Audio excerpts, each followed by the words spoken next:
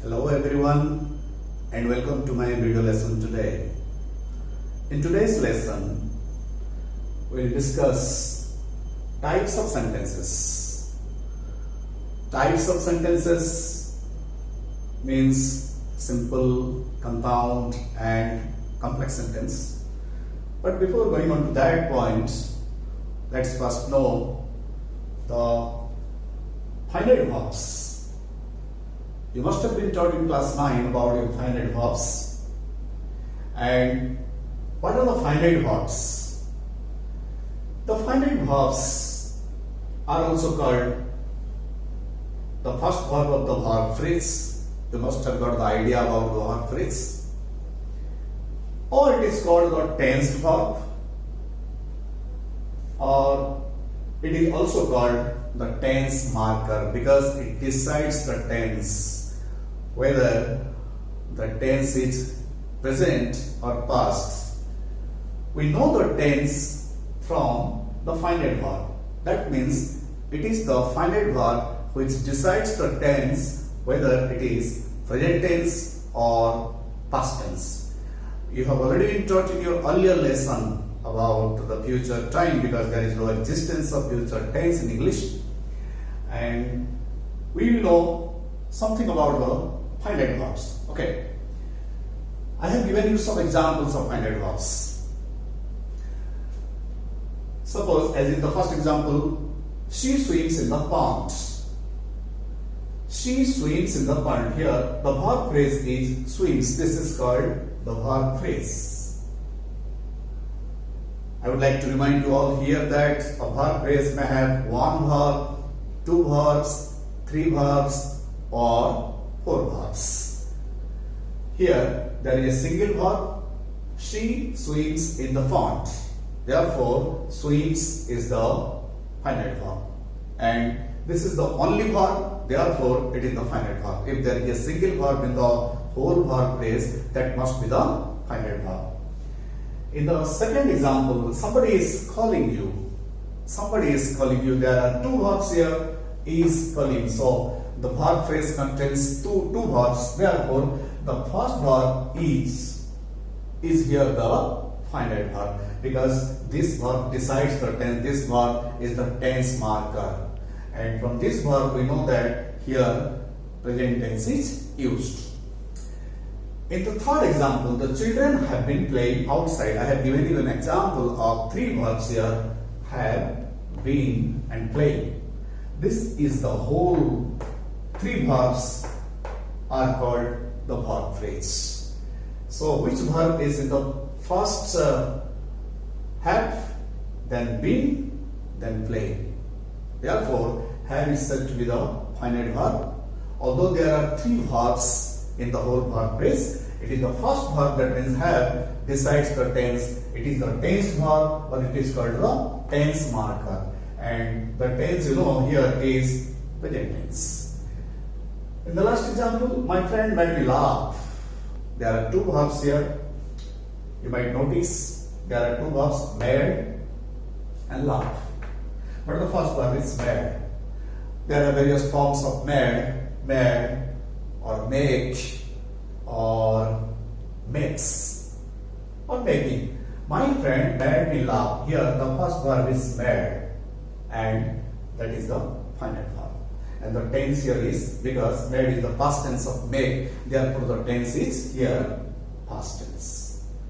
So after going through these examples, you must have got the idea of finite verbs. Because before going to study the sentences, you have to have the idea of the finite verbs. Otherwise, we can't decide which one is simple sentence and the compound sentence and the complex sentence. So once again, I would like to recall the finite verb is basically the first verb of the verb phrase. If there is a single verb in the verb phrase, the single verb is the finite verb.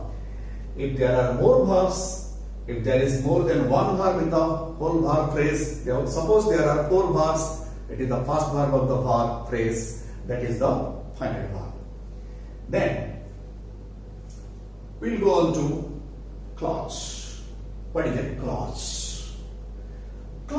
clause. Means here, there are some examples I have given here. He bought a pair of shoes. Here, you must have noticed the finite verb. The finite verb is here bought. That is a single verb and that is bought. And this is the finite verb. Therefore, how many finite verbs are there in this sentence? There is one finite verb. That is bought. And you notice here, he is the subject and the rest part, that is the predicate. So there is a subject as well as a predicate. In the second example, he went to the market and bought a pair of shoes. Can you notice the finite verb? Obviously, first is went and second is bought. So there are two finite verbs here. And two finite verbs here, you can see the subject and predicate. He is the subject and went to the market is the predicate in the first part of the sentence. In the second part, bought a pair of shoes is the predicate because the subject is the same as he. And there are two parts here. You know how many finite verbs are here? There are two finite verbs. Went is the finite verb and another is bought. There are two finite verbs, therefore there are two parts in the sentence. And these two parts are joined by and, which is called a conjunction. We'll study it, we'll come to learn about it later on. In the next example, he thinks that he will be a teacher. He thinks that he will be a teacher. How many finite verbs are here? First verb is thinks and then will. Therefore, there are two finite verbs here also. And there are two parts here in this sentence. He thinks, one part, and he will be a teacher, the second part. And both the two parts are joined by that. That is said to be a conjunction. So what did you notice in these sentences? I talked about one part and the other part. These parts are called the clause. So what is the essential part of a clause is that it must have a finite verb. The essential part, the important part of the clause is that it must have a finite verb like this. He bought a pair of shoes. Here bought is the finite verb. It is most essential. Otherwise we cannot form a clause. And there is a single finite verb and here there are double finite verbs. Went and bought. So, what is a clause? A clause is a part of a sentence, or it may be a sentence by itself. As in example 1, he bought a pair of shoes. It is a clause first, then it becomes a sentence. Here, he went to the market and bought a pair of shoes. There are two parts I have already told you, and both the parts are joined by and. So the first part, he went to the market. There is a finite verb went. In the second part, bought a pair of shoes, and the finite verb is bought. So this part is called a clause because it has a finite verb. And this part, bought a pair of shoes, also a clause. That has also a finite verb. Therefore, this sentence, he went to the market and bought a pair of shoes. This sentence has two finite verbs and two clauses. Two finite verbs, two clauses. One finite verb, one clause. And if a sentence has three finite verbs, then the sentence has three clauses. Therefore, the number of finite verbs is equal to the number of clauses. Finite verb is essential, but we talk about the subject and predicate. It happens very often we cannot find the subject in many sentences. Stop there. This is a clause which has no subject. Therefore, subject is not mandatory, not compulsory, but finite verb is essential, mandatory. He thinks that he will be a teacher. There are two finite verbs here, thinks and will. There are two finite verbs. Therefore, there are two clauses. Can you identify them? Yes. He thinks, one clause. He will be a teacher. another clause. We take the conjunction with this second clause, that you will be a teacher. That is second clause. So, what did you know from all these examples? From these examples, we could know that a clause is a part of a sentence, or it may be a whole sentence like this. Our school opens at 10 o'clock. This is a clause because the verb is opens. I am a teacher. This is a clause.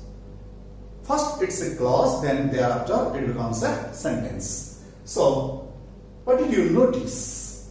You must have noticed that a clause looks exactly like a sentence.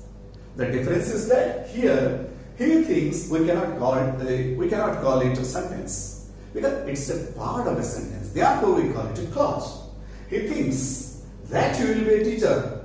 This part, that you will be a teacher, cannot be called a sentence because it's a part of a sentence. Therefore, it's a clause. So, the essential part of a clause is that it must have a finite verb. Again, based on the finite verbs, we divide different sentences.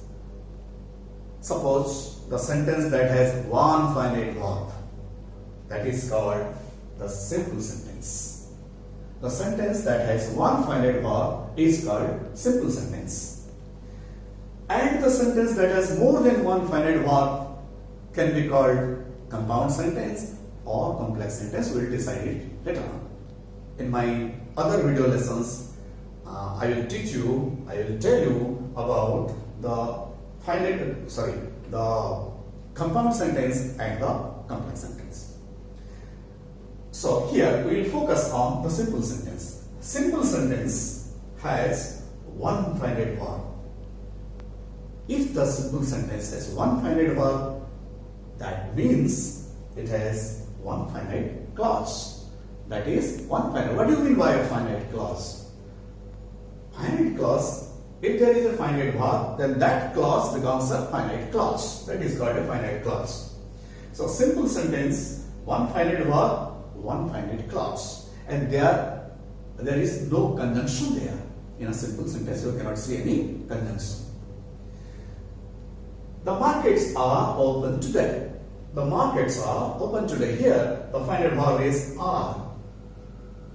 There is a single finite verb, therefore it's a simple sentence. Then, are you alright? Are you alright? Here, are is the finite verb. Single finite verb, therefore it's a simple sentence. Next, shut the door. Here, the finite verb is shut. Single finite verb, therefore it's a simple sentence. How beautiful it is. What is the finite verb? The finite verb lies here. Is the finite verb. How beautiful it is. The subject is it. And it is also a simple sentence. What did you notice in these sentences? I have given you four varieties of sentences here.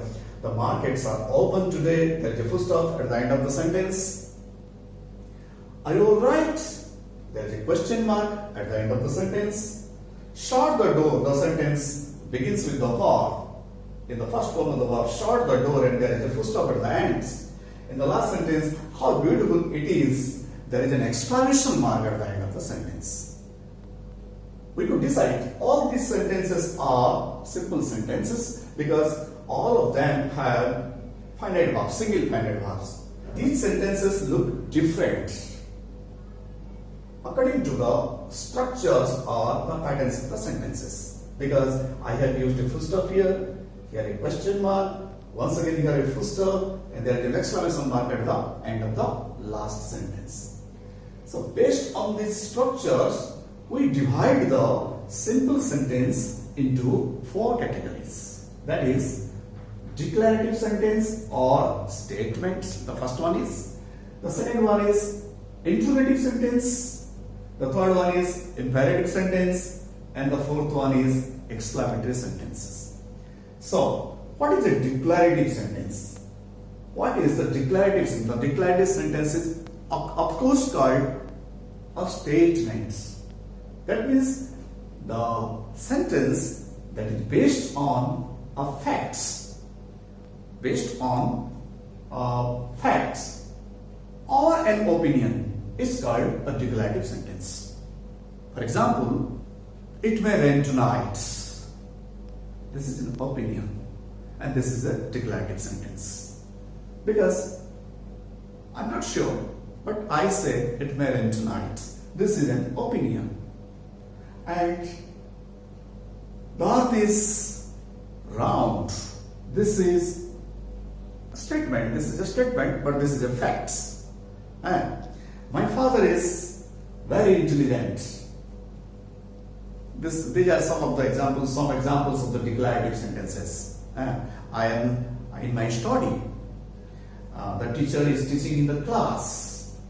They are going to the market. And one more thing, what is the special properties of the declarative sentence is that the subject comes first and thereafter the predicate. That means subject plus predicate in a declarative sentence. That is the order of the sentence.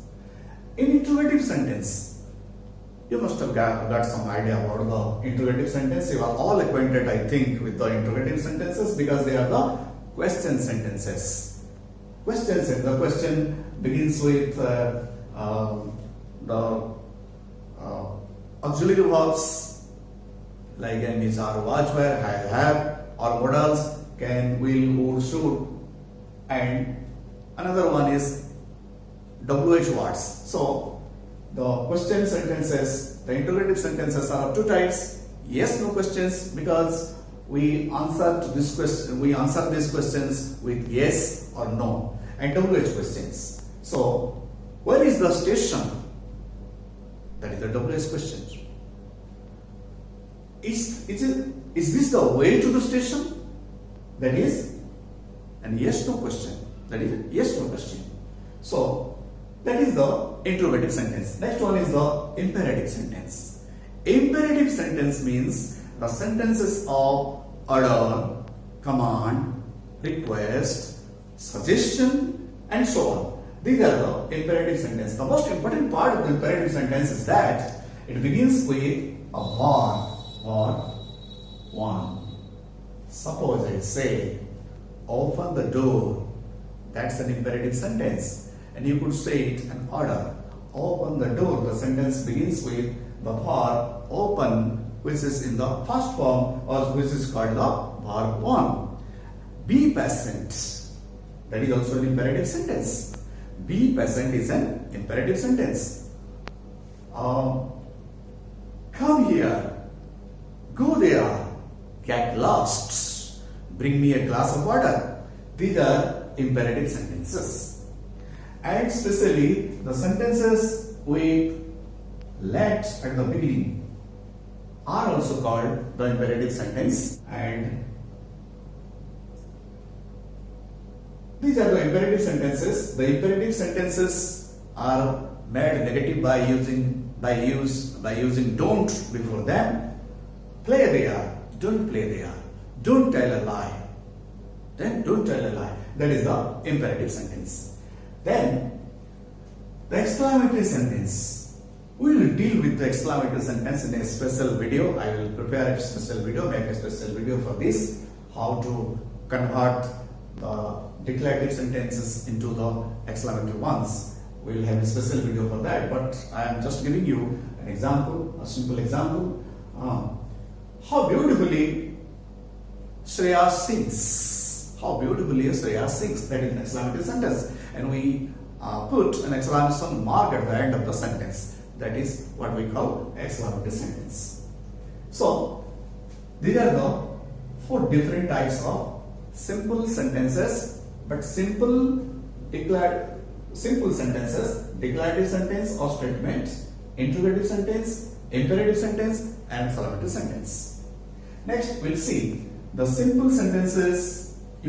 Have the single finite verbs, and we'll see the pattern of the simple sentence. We'll see the pattern of the simple sentence or the structures of the simple sentences. The simple sentences appear in this way. First, subject plus verb SB. In your exam it will come like this, birds fly. Write the pattern of the sentence. So you are supposed to write S plus V or subject plus verb or SV. The first pattern is S plus V. That means SV, subject plus verb. For example, babies cry. Babies is subject and cry is predicate. So there are two words here only in this sentence. One is the subject and the other is the predicate. In the predicate part, that's the verb. So babies cry, this is subject plus verb. Second, subject plus verb plus object. That is called in short SVO. SVO. For example, he sold his old car. He sold his old car. He is the subject, sold is the verb, and his old car is the object. He sold his old car. I found a pen. I is the subject, found is the verb, and a pen is the object. He ate an apple. He is the subject, ate is the verb, and an apple is the object. Therefore, there is a single object SVO, that is subject plus verb plus object. Next, SVOO, that means subject plus verb plus object plus object. Notice that there are two objects here. The first one is called the indirect object, and the second one is called the direct object. There are existence of two objects here. She gave me a pen. She is subject, gave is verb, me is indirect object, and a pen is direct object. And how do you know the objects? We know the objects by asking the questions what or whom to the verb. That is that becomes the object. She gave me a pen. Who did she give a pen? Me. That's an object. And what did she give me? That is a pen. That is also an object. So there are two objects. Subject plus verb plus indirect object plus direct object. We can put the order. We can change the order if we desire. Subject plus verb plus direct object plus indirect object. We can change it. She gave me a pen. How can we change? She gave a pen to me. There will be the use of a preposition to. She gave me a pen. My father bought me a camera. That is also subject plus verb plus object plus object. That is also an example of SVOO. Next, subject plus verb plus complement, or in short we call it SVC. So what is the complement? Complement means that completes the sentence. In our grammatical words, we can say the noun phrase, the adjective phrase, or the prepositional phrase that complete the sentence, that come after the verb, after the linked verbs, are basically the subject, the complements. So, what are the linked verbs? Some linked verb. The major linked verb is be verb. Be means am, is, are, was, were. So, the noun phrases that come after the be verbs are called the complements. I am a teacher. A teacher, it comes after am. That's a complement. He is a grocer. So grocer comes after is. So grocer is a complement. The baby is very fat. So very fat is a complement. Next, he got tired, because got is also considered as a linked verb. Some other linked verbs are be, become, appear, sound, get, grow, and so on. So SBC means subject plus verb plus complement, and this type of complement is called the subject complement. We'll come to know about object complement in the last example. He got tired. Oh, he became a magician. He became a magician. A magician is also a complement because that comes after the verb became, and became is a link verb. Okay? Then the last one is subject plus verb plus object plus complement. In short, we call it SVOC. That means you notice here subject plus verb plus object. So there is the presence of object here as well as the complement here. So you could see the complement here in example 4, subject plus verb plus complement. That means the complement that comes in a pattern SVC. Here this complement is called the subject complement, and here in SVOC the complement that comes here is called the object complement. Alright. So SVOC, there are certain verbs which take this pattern. That means subject plus verb plus object plus complement. I have given you an example. They named the baby Seema. Named is the verb and the baby is object and Seema is complement. Therefore, they named the baby Seema. This sentence is in SVOC pattern. We call her Saira. We call her Saira. We, subject, call, verb, her, object, and Saira is complement. People elected him president. So people, subject, elected, verb, him, object, and president is complement. So this is SVOC. So a simple declarative sentence, mind that a simple declarative sentence has these 5 patterns, and the first one is SV, the second is SVO, third is SVOO, fourth is SVC, and the last one is SVOC. So this is what we discussed on the simple sentence exclusively here in my video lesson today, and we'll discuss more in the upcoming videos about the compound sentences and the complex sentences. And I have already told you that I will make a special video on the exclamatory sentences, how to convert the declarative sentences into exclamatory sentences and vice versa. Until then, goodbye. See you all in my next video.